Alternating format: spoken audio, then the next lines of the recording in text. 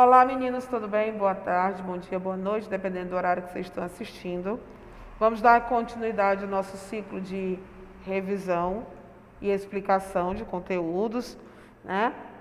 Nós falaremos aqui do capítulo falando sobre segunda lei. Como eu disse para vocês, nas avaliações nós tentaremos fazer o menor número possível de questões exigindo os cálculos, esperando que no quarto bimestre nós podemos regressar às aulas presenciais e possamos, então, enfim, realizar essas atividades com mais precisão e com mais detalhamento. Certo? Então, galerinha, qual foi o conteúdo que nós marcamos para a nossa bimestral? Capítulo 9, capítulo 10 e capítulo 11. Certo? A descoberta da segregação de genes, relação entre genótipo e fenótipo, genes com segregação independente. Bom, vamos aqui fazer uma revisãozinha e dar uma explicação sobre a teoria da probabilidade aplicada à genética, certo? Quando você fala de probabilidade, você tem que envolver duas regras, a do se e a do i e a do ou. Todas as vezes que você diz uma coisa e outra, você vai estar multiplicando os dois processos. Uma coisa ou outra, você soma, certo? Então, o que acontece? Probabilidade é a chance de um determinado evento ocorrer entre dois ou mais eventos possíveis. Por exemplo, a chance de uma moeda cair com a face cara voltada para cima representa um entre dois possíveis eventos, a cara ou a coroa, tá? Nesse caso, dizemos que a probabilidade de sair cara é de 1/2, ou seja, 50% das chances, tá? Já quando você diz que a possibilidade de dois ou mais eventos independentes ocorrerem conjuntamente é igual ao produto das probabilidades ocorrerem separadamente, tá ok? O que vai dar a vocês uma soma de probabilidades. Vamos falar aqui da segunda lei de Mendel. A primeira lei de Mendel, ela vai trabalhar com a segregação dos gametas. Então, ela vai falar daquela questão de que os cromossomos homólogos se separam para a formação dos gametas. E com essa separação, cada parental leva 50% da informação genética de um pai ou de uma mãe. Na segunda lei de Mendel, é a segregação independente. Por que que ele diz assim? O que nós temos na segunda lei? Na segunda lei, eu tenho o estudo do Mendel voltado para um indivíduo, mas olhando 2, 3, 4, 5 características diferentes. Por exemplo, cor da semente e textura da semente. E nessa hora, ele entendeu que os gametas se segregam independente, a segregação independente dos gametas, e por tabela dos genes. Nessa hora, você vai ter a propagação de duas variedades isoladas, mas a genética funciona assim, por conta da meiose.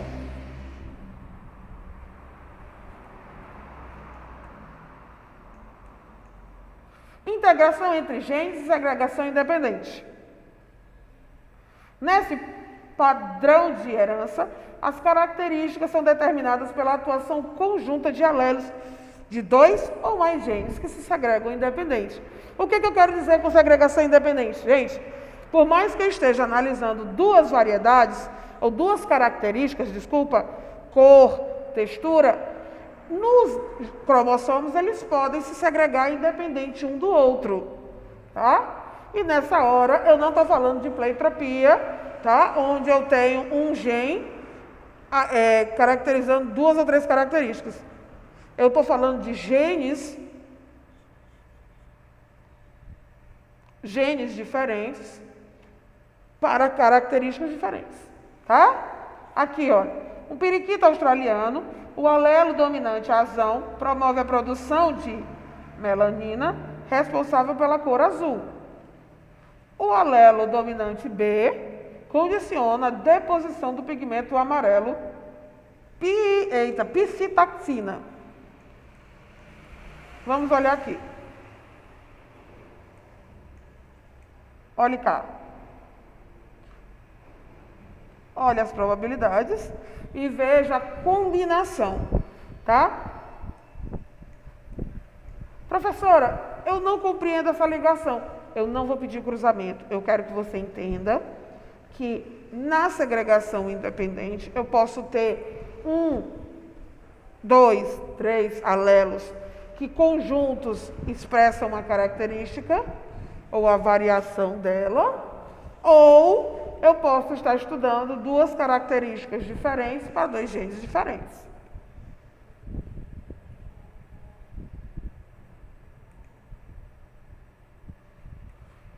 Quando eu falo de epistasia, eu estou falando de interação gênica. O que é interação gênica? A segunda lei e a epistasia, elas estão muito ligadas. Por quê? Porque a epistasia, ela me diz que eu tenho um par de alelos que está trabalhando para condicionar um determinado tipo genético. Por exemplo, eu tenho 2 alelos, o azão e o azinho, para a coloração de cães. O azão para o preto, o azinho para o marrom. Para o albino, pronto. O azão para o preto, o azinho para o albino. Eu tenho um segundo par de genes que vai condicionar ou a inibição ou a expressão de um gene diferenciado. No caso das interações gênicas, em que os alelos de um gene, eles vão impedir a expressão dos outros alelos. Do tipo, um alelo que vai inibir a expressão do azão. Então, o indivíduo é azão. Que cor ele tem que ser? Preto. Porque eu disse para vocês que azão é preto e o azinho branco. Albino. Né? Aí eu vou dizer para você, ele é azão. Ele tem que ser de que cor? Ele tem que ser preto. Porém, o segundo par de alelos vai inibir a expressão do azão, deixando o animal, digamos, marrom. Isso é epistasia. Esse fenômeno, né, ele vai exercer uma ação inibitória, que é o alelo epistático, ou gene epistático. E o que sofre a inibição é chamado de hipostático.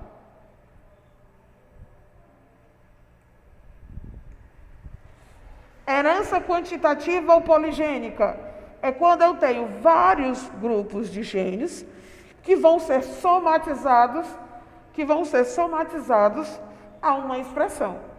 Por exemplo, quando você fala da cor da pele, a tonalidade da pele, o que é que você diz? Eu tenho um negro, o mulato escuro, o mulato médio, o mulato claro, o branco.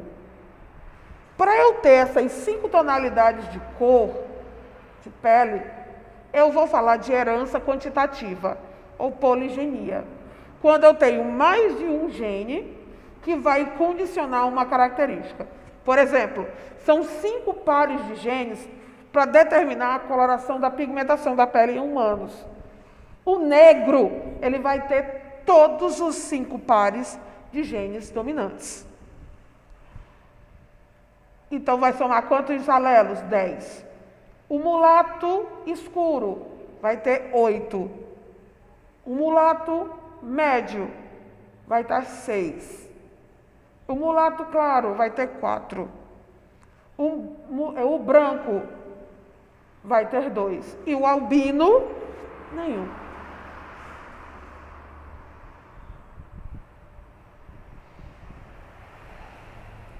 Vamos responder agora as questões.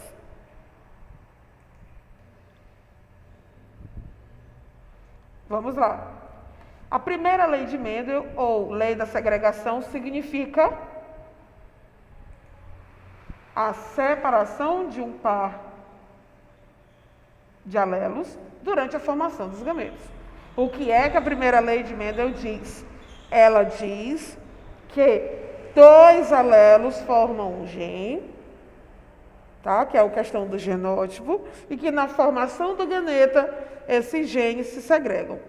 Essa 12ª questão, ela tem cálculo. Então, eu vou explicar de outra forma num vídeo sexta-feira para vocês, ok?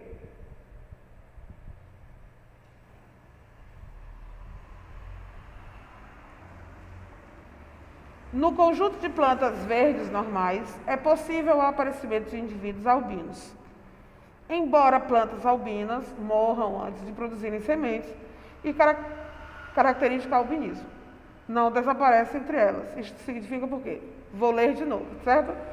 No cruzamento de plantas verdes normais, é possível aparecimento de indivíduos albinos, embora as plantas albinas morram antes que produzam sementes.